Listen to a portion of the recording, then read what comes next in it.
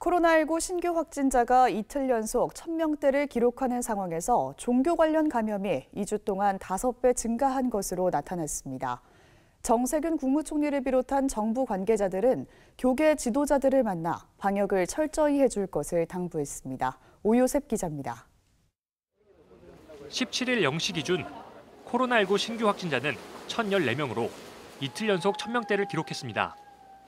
서울에서만 역대 최다인 423명의 확진자가 발생했습니다. 사망자도 하루 사이 22명이나 발생해 첫 사망자가 발생한 지난 2월 20일 이후 가장 많았습니다. 특히 확진 판정 이후 병상 배정을 기다리던 환자가 사망하는 사례가 발생해 병상 부족 문제에 대한 우려가 커지고 있습니다. 이런 가운데 최근 종교시설 관련 확진자가 2주 전과 비교해 5배 넘게 증가한 것으로 나타났습니다. 이번 주 종교시설 관련 확진자는 지난 수요일 기준 279명으로 2주 전인 49주차 53명과 비교해 5배가 넘었습니다. 종교시설에서의 감염도 증가하여 2주 전 53명이었으나 전주는 156명, 집계 중인 현재는 금주는 279명입니다. 강서구 성석교회와 관련해선 13명의 추가 확진자가 발생해 누적 확진자는 192명이 됐습니다. 충남 당진 나음교회와 관련해서도 해당 시설 관련 1명과 서산기도원 관련 7명이 확진되면서 누적 확진자는 119명을 기록했습니다.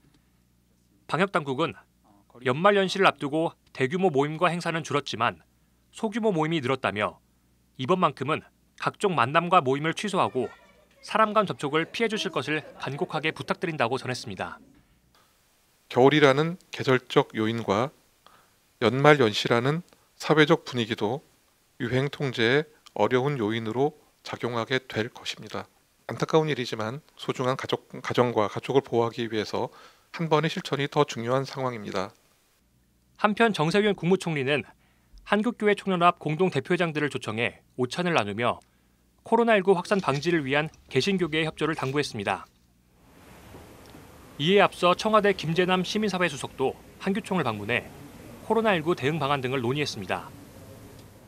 김 수석은 방역을 위한 교계의 협력에 감사하다며 성탄절 예배를 어떻게 해야 하느냐에 대한 고민에 대해서도 공감한다고 전했습니다.